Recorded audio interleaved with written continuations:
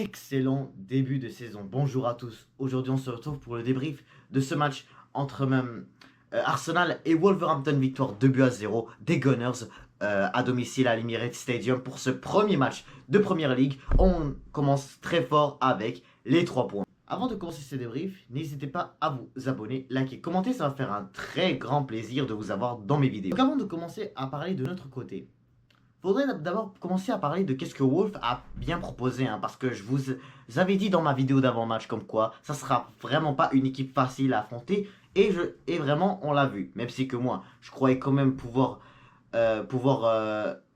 apercevoir que les Gunners puissent s'imposer très facilement 3-0, c'est ça que j'avais dit, mais malheureusement non, c'était 2-0, exactement ce qui s'est arrivé même, et on s'est imposé sur le score de 2-0, et franchement, hein, il faut dire que quand même on a été bon, mais il y avait un petit peu du négatif aussi. On va parler des deux côtés. Alors, pour commencer, je vais parler des axes positifs. Et déjà, je vais commencer par parler de David Raya.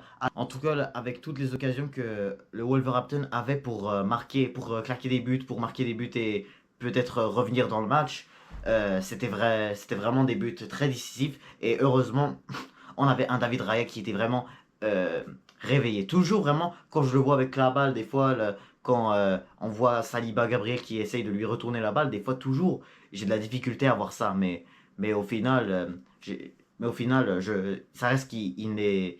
Des fois il a un problème avec son pied, mais souvent on voit bien que quand il essaie de tirer là, des fois là, pour essayer de la décaner, souvent ça marche. Puis deuxièmement, il y a aussi l'offensif. Parce que pour de vrai, j'ai beaucoup aimé notre technique offensivement là. Parce que premièrement, là, j'ai un joueur que je dois absolument parler, qu'il faut absolument qu'on parle de lui. Il s'agit de Martin Odegaard.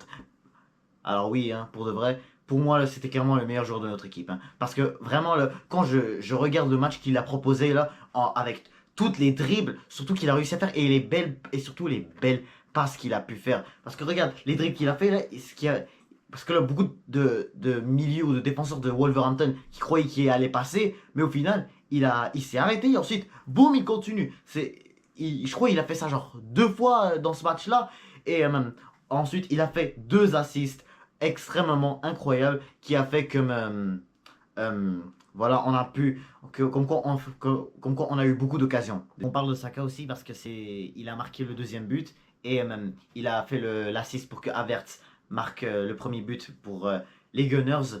Et ce que j'ai à dire sur ce joueur-là, c'est que aujourd'hui, au final, au final, c'était difficile pour lui parce que honnêtement, il faut qu'on parle aussi de Aïnouri du côté de Wolverhampton qui a fait quand même un très bon match pour, notre adversaire. Et mais aussi, je trouve que Saka a vraiment eu de la difficulté à le passer parce que des fois ça allait, parce que des fois aussi Ait Nouri qui montait beaucoup. Et donc là, le temps que Saka, le temps que il y avait, le temps que Odegaard trouve la connexion avec Saka, là, des fois c'était pas très facile. Ait Nouri, là, pour de vrai, j'ai trouvé que c'était un très bon joueur aujourd'hui. Et il a vraiment bien proposé des trucs là. Il était à ça aussi de mettre un but d'une longue distance.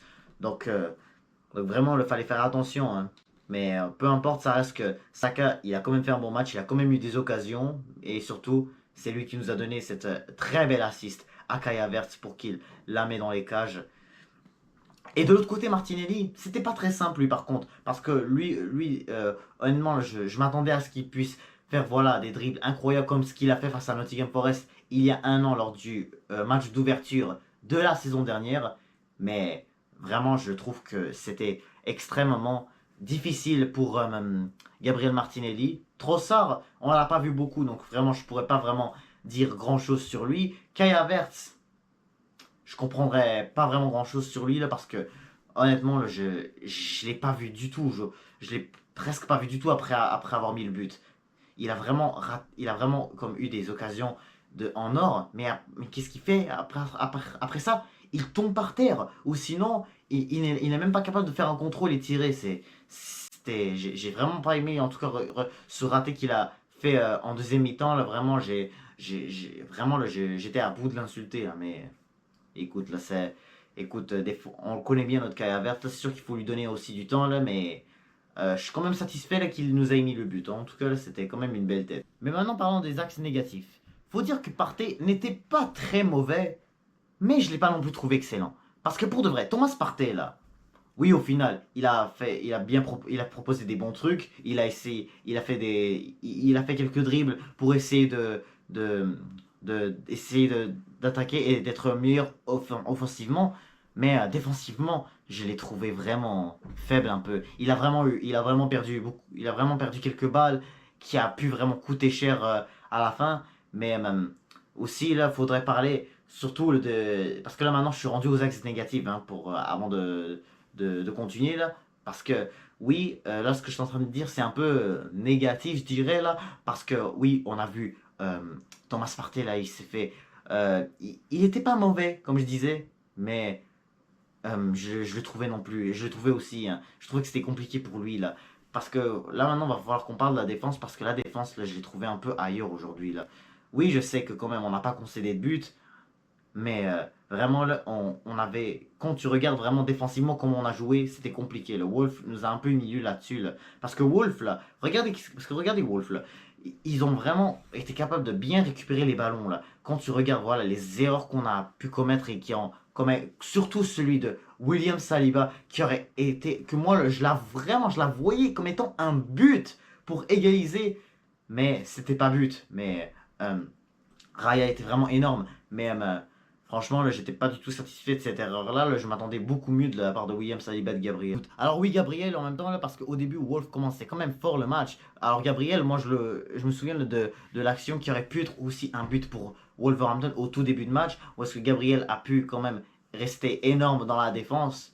Moi, je trouvais en tout cas que c'était lui le meilleur défenseur. Ben White, je ne l'ai pas vraiment vu beaucoup, donc je pourrais pas vraiment dire grand-chose sur lui, là, mais ce que je comprends, là, c'est que quand même, les erreurs ne venaient pas beaucoup de lui, mais ils venaient beaucoup de l'autre côté. Il s'agit de Sichenko. Alors Sichenko, pour moi, c'était pour moi le joueur qui n'a vraiment le moins bien joué dans ce match-là. Il a vraiment perdu de nombreux ballons. Et vraiment, les ballons qu'il perdait, des fois, là, c'était vraiment des ballons qui donnaient des buts, qui pouvaient vraiment donner des buts à Wolverhampton. C'était un peu de sa faute sur l'occasion, sur la tête qui était à ça d'être un but, mais Raya met un énorme arrêt là-dessus. Mais Zichenko, là, vraiment les pertes de balles, là, vraiment, je voulais vraiment voir Calafiori aujourd'hui, là. Je sens que Calafiori, c'est meilleur que lui, là. Je veux vraiment juste que Calafiori prend cette place de latéral gauche, et on n'y parle plus, là. Parce que, vraiment, le Zichenko, il m'a vraiment pas convaincu aujourd'hui, et j'ai vraiment peur face à Aston Villa, qu'est-ce qu'il va pouvoir proposer, là. Ça va vraiment être un match difficile, là. Après, vraiment, les problèmes défensifs, là, vraiment, il faut vraiment falloir qu'on assure face à Aston Villa. Mais bref, ceci dit, passons maintenant à l'avant-match pour Manchester City qui va se déplacer à Stamford Bridge pour leur premier match de la saison. Premièrement, je vais commencer par vous parler des dernières confrontations qu'il y a pu y avoir entre Manchester City et Chelsea. C'était quoi vraiment les résultats? Donc, pour commencer, on va commencer par d'abord ce qui s'est passé la saison dernière quand Manchester City s'est déplacé à Stamford Bridge au mois de novembre dernier. Il s'est passé un match incroyable, 4 buts partout.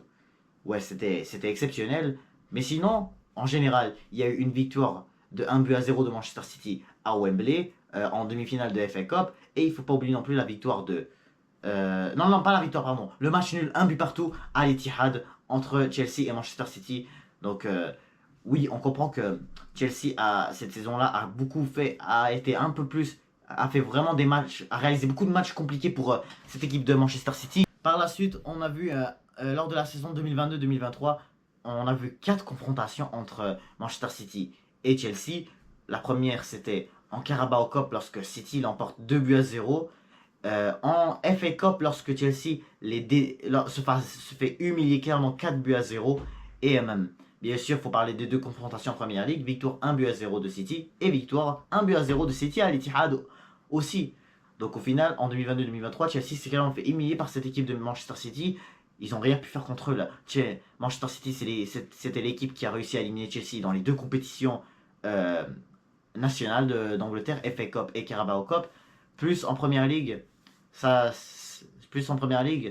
plus à la hauteur de Manchester City. Sinon, bien sûr, en saison 2021-2022, on a vu victoire 1-0 de City, victoire 1-0 de City à l'extérieur. Ça, c'était un meilleur Chelsea, hein, faut être honnête, la vérité. Mais la dernière fois que Chelsea l'a remporté face à Manchester City, c'était lors de la finale de la Ligue des Champions 2021 à Porto, lorsque Kai Havertz met le but de la victoire. Alors, bien sûr que en même temps, moi je vois vraiment en termes de... Parce que moi en même temps, je connais pas trop les tactiques de Enzo Maresca, le nouveau, manager de Chelsea, pardon, sélectionneur. Bref, du côté de City, Pep Guardiola, je le trouve toujours comme étant vraiment un genius, comme ils disent les Anglais. Je le trouve toujours comme étant un entraîneur toujours aussi intelligent pour bien débuter des saisons. Donc vraiment, en termes de capacité, en termes surtout d'efficacité pour les joueurs de City qui jouent vraiment bien en équipe, ils sont vraiment beaucoup plus à l'aise ensemble, pas comme du côté de Chelsea, voilà, là, des fois des joueurs qui se placent du mauvais côté, des fois ils sont vraiment horribles dans leur poste. C'est vraiment pas le fait que moi je vois vraiment pas Chelsea réaliser un bon match. Je vois vraiment tout simplement une victoire de 2 buts à 1 pour Manchester City. Oui, ça sera peut-être vraiment pas simple, mais je vois toujours cette équipe de City prendre les 3 points pour ce début de saison. Voilà, c'est la fin de cette vidéo. Donc, j'espère que vous avez bien kiffé ce débrief de Arsenal Wolf et ce petit avant-match de Chelsea Manchester City. N'hésitez pas à vous abonner, liker, commenter et je vous dis à toutes.